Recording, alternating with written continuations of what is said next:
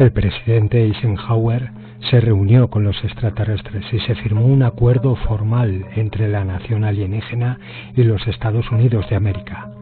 Se recibió entonces al primer diplomático extraterrestre. Tuvo como título Excelentísimo Señor Plenipotenciario Krill. Tenemos que incidir en que la bandera de los extraterrestres se llama la trilateral. Se puede ver sobre sus vehículos y sus uniformes. Estos dos aterrizajes y los encuentros fueron filmados y estas películas existen aún hoy en día. El acuerdo suscrito preveía que los extraterrestres no se inmiscuirían en nuestros asuntos humanos y nosotros haríamos lo mismo con ellos.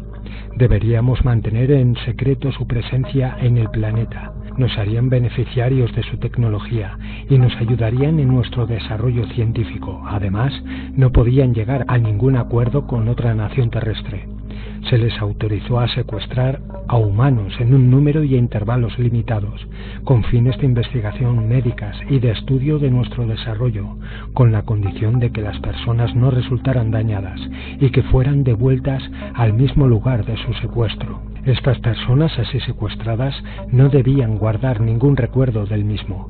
Los extraterrestres debían asimismo entregar de forma regular al Majestic 12 una lista de sus contactos humanos y de los secuestros que llevaran a cabo. Se convino que cada nación acogería un embajador de la otra, y esto durante el tiempo que el acuerdo permaneciera en vigor. La nación extraterrestre y los Estados Unidos debían intercambiarse 16 personas de forma permanente, con el fin de aprender a conocerse mutuamente.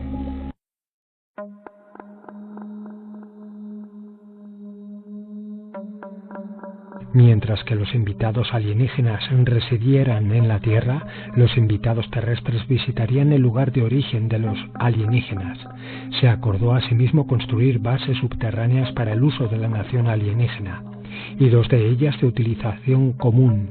El intercambio de tecnología se realizaría en esas bases comunes. Las bases reservadas a los alienígenas fueron construidas bajo las reservas indias que se encontraban en un cuadrado situado en los estados de Utah, Colorado, Nuevo México y Arizona. Otra base fue construida en Nevada, en la región denominada S4, aproximadamente a 7 millas al sur de la frontera oeste del Distrito 51, llamado Dreamland. Todos los terrenos utilizados por los alienígenas, así como el personal allí destinado, son aún hoy en día controlados exclusivamente por el Ministerio de la Marina. A pesar de que los trabajos se iniciaron de inmediato, la construcción no adelantó en verdad hasta 1957, fecha en la cual los fondos asignados al proyecto aumentaron de forma significativa.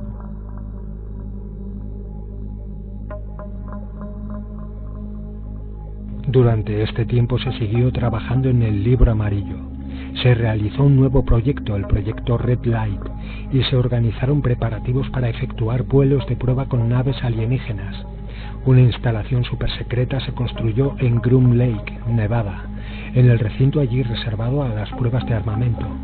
Este lugar recibió el nombre de Dreamland y se encomendó su custodia al Ministerio de la Marina. El personal era sometido a un examen de seguridad Q y a una autorización presidencial. Para la pequeña historia, decir que el presidente de los Estados Unidos, él mismo, nunca fue autorizado a acceder al lugar. Esta base extraterrestre, en la cual tenían asimismo lugar las transferencias de tecnología, se sitúa en la región 4. Se denominó la cara oculta de la Luna, de cuyo nombre han surgido tantos malentendidos en la prensa durante estos últimos años. Se confió al ejército la constitución de una organización supersecreta para la protección de los proyectos alienígenas. Esta organización, llamada Organización de Reconocimiento Nacional, se encuentra en Fort Carson, Colorado. Equipos especiales denominados Delta Teams fueron creados para la protección de los proyectos secretos. Un segundo proyecto, denominado Snowbird, siguió inmediatamente, cuya función era dar una explicación oficial a las observaciones realizadas de forma accidental de ingenios voladores luminosos y de color rojo, haciéndolos pasar por pruebas aéreas de la Fuerza Aérea. Se fabricaron ingenios volantes Snowbird con tecnología convencional, los cuales hicieron vuelos de demostración para la prensa. El proyecto Snowbird fue asimismo utilizado para desacreditar las verdaderas e irrefutables observaciones de naves alienígenas, con el fin de menguar la curiosidad del público. El proyecto Snowbird cumplió perfectamente su misión. Los informes de ovnis disminuyeron sensiblemente durante los años siguientes.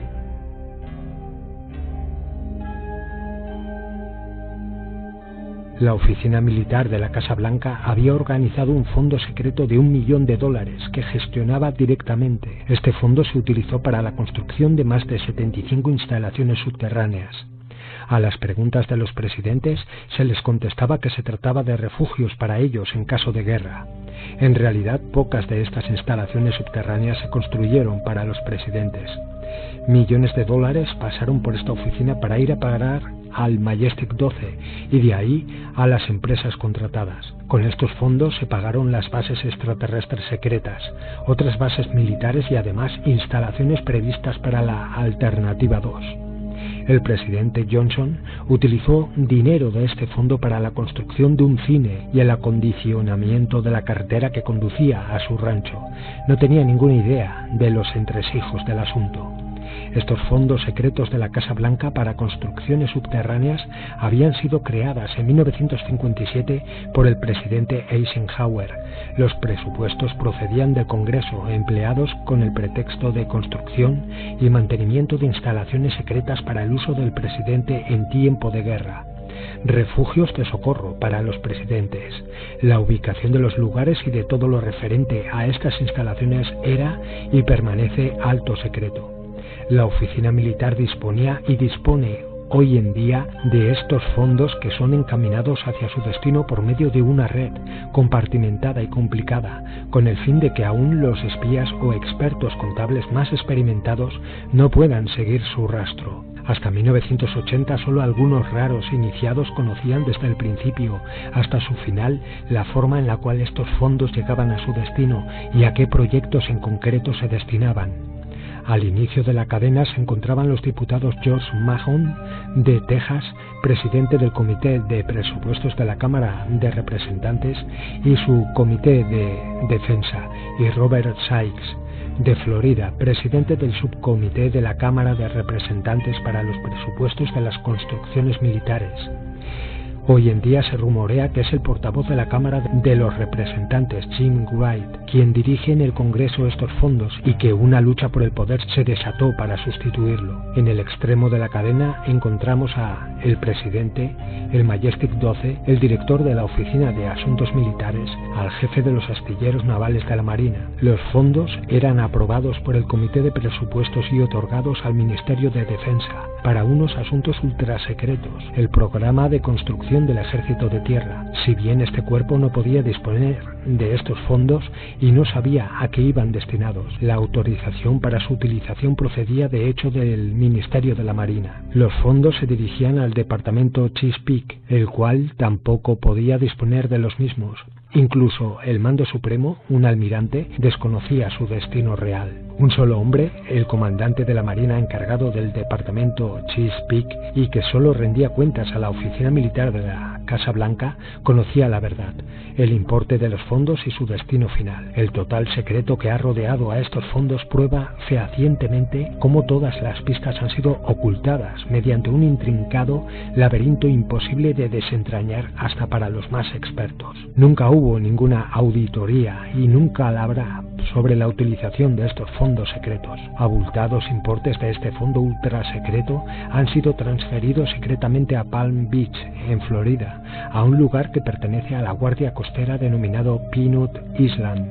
Esta isla se encuentra próxima a un terreno que pertenecía a Joseph Kennedy. Se ha rumoreado que el dinero se utilizó para el acondicionamiento del territorio y diversas inversiones inmobiliarias.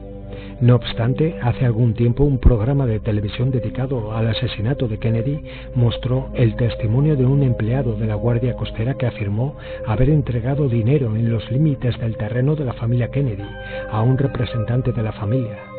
¿Podría esto tratarse de un pago secreto a la familia Kennedy por la pérdida de su hijo John, otros pagos siguieron durante el año 1967 y después cesaron. Los importes y el motivo real de estos pagos siguen siendo una incógnita. Mientras tanto, Nelson Rockefeller había de nuevo cambiado de puesto. Esta vez había puesto su interés en el antiguo puesto de C.D. Jackson, responsable de las misiones especiales para las estrategias psicológicas. Cuando Nelson fue nombrado para este puesto, el título del puesto fue responsable de misiones especiales para la estrategia de la Guerra Fría. Este mismo puesto se mantuvo y desarrollaron sus atribuciones hasta que fue ocupado por Henry Kissinger, bajo el mandato de Nixon. Oficialmente debía ofrecer ayuda y consejo para el desarrollo de la comprensión y de la cooperación entre los pueblos. Esta versión era un puro pretexto, ya que Rockefeller era secretamente el coordinador de los servicios secretos del presidente. En su nuevo puesto estaba directa y exclusivamente subordinado al presidente. Tomaba parte a las sesiones del gabinete del CFR y del Consejo Nacional de Seguridad Nacional, el más alto comité director del gobierno. Incluso se dio a Rockefeller un puesto aún más importante, el de director de una unidad secreta, el Grupo Coordinador de la Planificación, que había sido creado por decreto NSC en marzo de 1955. El grupo se componía de varios miembros, según el orden del día de la reunión. En contrapartida, los miembros permanentes eran Rockefeller, un miembro de cada uno de los ministerios de la Defensa y de los Asuntos Extranjeros, y el director de la CIA. Este grupo fue llamado el Comité 5412 o el Grupo Especial por el decreto 5412/1. Se obligó a que dicho comité ejecutivo aprobase las operaciones secretas, mientras que en el pasado tales operaciones solo se ejecutaban con la única autorización del director de la CIA.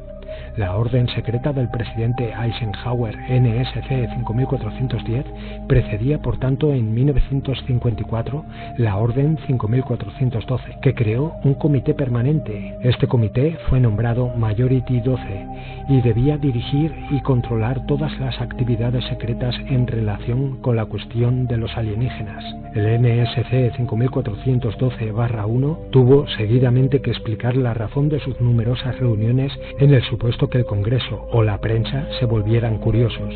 Majority 12 estaba integrado por Nelson Rockefeller, el director de la CIA Allen Wells Dulles, el ministro de Asuntos Exteriores John Foster Dulles, el ministro de la Defensa Charles E. Wilson, el jefe de Estado Mayor el almirante Arthur W. Radford, el director del FBI J. Edgar Hoover y de 6 hombres del directorio del CFR llamados los Sabios. Todos estos hombres eran miembros de una sociedad secreta de estudiantes y se denominaban ellos mismos la Sociedad Jason o los Escolares Jason, y reclutaban a sus miembros en las asociaciones tales como los Skull and Bones y los Scroll and Case de Harvard y Yale.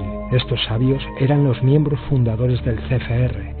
Majestic 12 contaba pues con 12 miembros, los 6 primeros procedentes de cargos del gobierno y el grupo de sabios, formado por cuadros ejecutivos y directores del CFR y más tarde de la Comisión Trilateral. Gordon Dean, George Bush y Zbigniew Brzezinski formaban parte de la misma. Los más importantes y los más influyentes de los sabios que colaboraron en el Majestic 12 fueron John McCloy, Robert Lovett, Everett Harriman, Charles Bohlen, George Kennan, Dean Axel.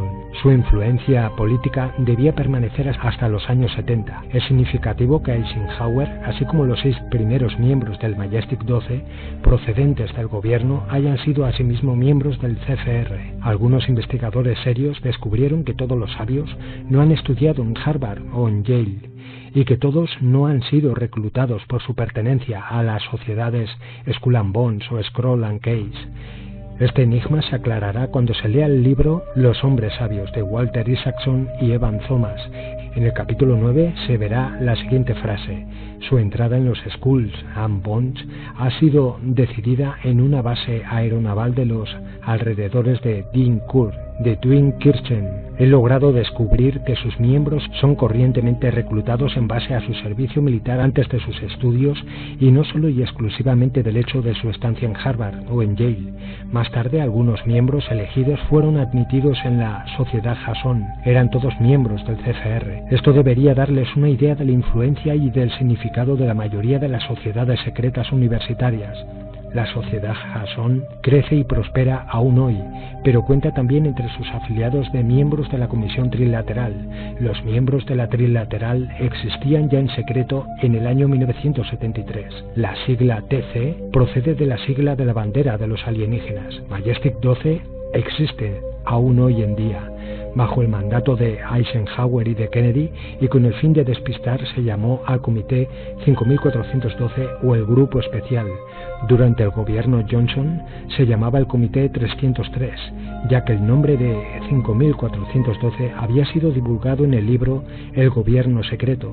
En realidad se había permitido al autor del libro que le llegasen las informaciones sobre 5412-1 para mejor ocultar la existencia del NSC 5410.